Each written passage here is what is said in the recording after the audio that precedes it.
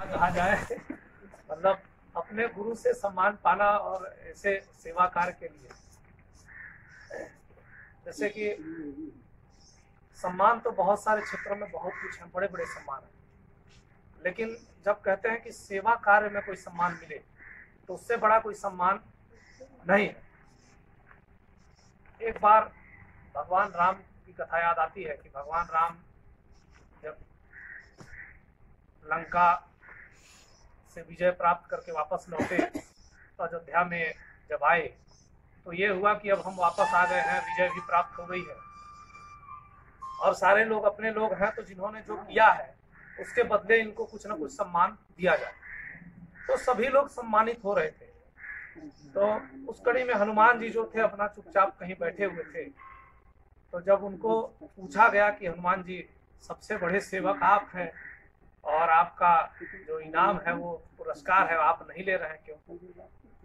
तो उन्होंने कहा कि जो राम की प्रभु का सेवा का जो हमें दायित्व मिला इससे बड़ा सम्मान क्या हो सकता है। तो हमें भी सर ने जिस तरह से जब से यहाँ आए हैं, मैं जानता हूँ कि सर जितेंद्र पालीवाल सर और ये शांता सर यहाँ आते थे लगभग 10 साल पहले, तो यहीं पर ये लोग शुरू किए। तो हमको कुछ दिन बाद पता चला, क्योंकि सर लोगों को भी हमारे बारे में नहीं पता रहा होगा जैसे भी। तो हमने हमारा जो इच्छा रही 2007 में जब से हम आए क्लास 12 पास किए, इत्तेफाक था कि ये ग्रेजुएशन शुरू किए थे और फिर शिक्षा मित्र में हो गए तो समाज सेवा में लग गए। मुझे बहुत सारी चीज़ें दिखती थी कि ऐसे नहीं होना चाहिए, लोग नहीं पढ़ पा रहे हैं, तो शुरू से लग गए। तो सर लोगों का साथ मिला और उनके मार्गदर्शन में मैंने भी बहुत कुछ सीखा और अपने जीवन में भी मैं इतना कुछ सीखा इनसे कि मतलब कह पाना मुश्किल है।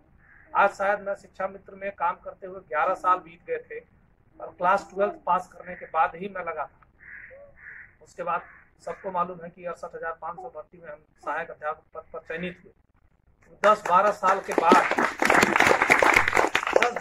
बाद पढ़ाई छोड़ने के बाद हमें लगता था कि कैसे होगा, क्योंकि वो तो कंपटीशन एग्जाम था और भारत की पहली परीक्षा ऐसी थी जो लिखित परीक्षा थी, 1 वर्ड आंसर और लिखित परीक्षा जिसमें कट ऑफ था। तो इस तरह की, लेकिन सर लोगों का मार्गदर्शन था कि जब करना है तो फिर करना है।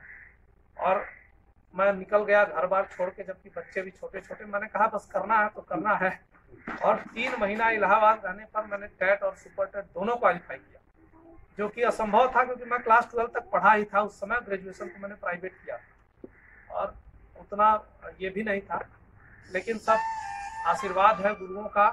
और एक्चुअल में मानिए तो डीएवी जैसे स्कूल में हमने हमारी जो प्रारंभिक शिक्षा हुई उसी का मुख्य था, क्योंकि जो बेसिक था वो हमारा लगभग सब क्लियर था। ग्रेजुएशन में तो आदमी समेटता है, तो ये तो अपने बारे में हुआ।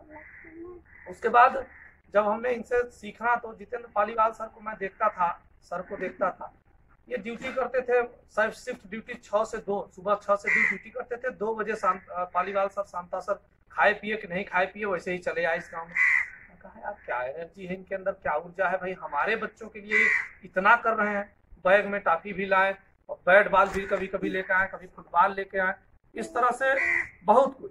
तो मैं इनको देखकर मैं भी सोचा कि मेरे गांव के लिए अगर ये लोग इतना कर सकते हैं तो मैं भी कुछ करूं। फिर खेल कूद का वही समय आया तो फिर, और इन्हीं लोगों की वजह से मैं अपनी 4 की चारों टीम जो पूरे प्रदेश में ये होती है, पहले हम लोगों ने नया पंचायत स्तर पर खेला, फिर ब्लॉक स्तर पर खेला, फिर उसके बाद हम जिले स्तर पर गए, मंडल स्तर पर गए और 4 की चारों टीम सिरसोती से ही सेलेक्ट होती थी और हमेशा मतलब कोई टीम हरा ही नहीं पाई मंडल तक। मंडल के बाद जब ये हुआ कि अब लखनऊ जाना है तो लखनऊ में भी हम ही सेलेक्ट हुए। चारों टीम हमारी 50-48 बच्चियों को लेकर, लड़के और लड़कियों, मतलब टोटल 12 दूनी 24 लड़कियां और 24 लड़के, प्राइमरी और जूनियर दोनों स्कूल। इतने 48 बच्चों को लेकर मैं अकेला लखनऊ गया था और संभव ही नहीं था। इसमें कुछ बच्चे जनार्दन सिंह जैसे लोग हैं, ये सब गए थे। मतलब मैं कहाँ से कैसे हुआ, लखनऊ जैसे जगह पे वहाँ 5 किलोमीटर दूर रन ये मिला था। सरकार की व्यवस्था उस समय क्या थी कैसे थी अब क्या बताएं। बच्चे खाने भी वहाँ हार गए, ये मानिए बस। अंततः फिर भी हम लोग चना खा करके, बच्चे सुबह चना का घुघरी खा करके दोपहर तक कैसे चले, संभव ही नहीं। फिर बच्चियां थक गई थी, हारे अंतिम में, लेकिन विजेता रहे। लखनऊ का सफर कम और 50 के 50 मतलब चारों टीम हमारी सेलेक्ट हुई थी सिरसोती गांव की, और कहीं कोई एक भी बच्चा दूसरा नहीं। हमारे लिए सुविधा बहुत कुछ कर दिया है, बहुत कुछ है सुविधाओं की दृष्टि से, लेकिन हम लोग कुछ कारणवश अभी बच्चों को उस तरह से नहीं कर पा रहे हैं। फिर भी लगभग 40 से 50 बच्चे अलग अलग जगहों पर पढ़ रहे हैं। थोड़ा सा सिस्टमेटिक हो रहा है धीरे धीरे, बहुत जल्दी उम्मीद है कि और अच्छे से लाइन पर आ जाएगा, और ये मेरा वादा भी है कि बहुत जल्दी इसको हम लोग लाइन पर ले आएंगे।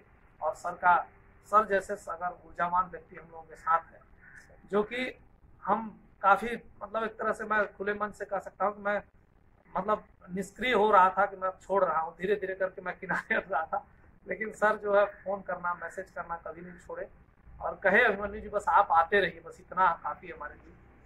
तो महोदय सर का साथ है, तो हम भी वादा करते हैं कि हम लोग भी अपने गांव से जितना हो सकेगा जरूर साथ देंगे। और यहाँ पर मुख्य रूप से सबसे बड़ा जो स्थान देने का जगह है, खड़ा जो हमने खड़ा है, वो बाबा जी हम लोगों को पूरी तरह से कह दिए हैं कि आपको जो करना है अनुशासन में रह के शिक्षा के क्षेत्र में जितना आप आगे कर सकते हैं और करें। और इस गांव में तो विशेषकर हमारे ऊपर बाबा जी का विशेष आशीर्वाद रहता है, चाहे और कोई कैसे भी हो, लेकिन हमारे लिए वो हमेशा किसी भी जगह पर बोलने के लिए भी तैयार रहते हैं कि वो एक ऐसे हैं। तो ये मैं किसी के साथ अपने आप को विराम दूंगा दुलाई के साथ कि लड़खड़ाते हुए पैरों को मंजिल कैसे मिले, लड़खड़ाते हुए पैरों को मंजिल कैसे मिले, मजबूत हो मन तो मंजिल ढूंढती फिरे, मंजिल ढूंढती फिरे।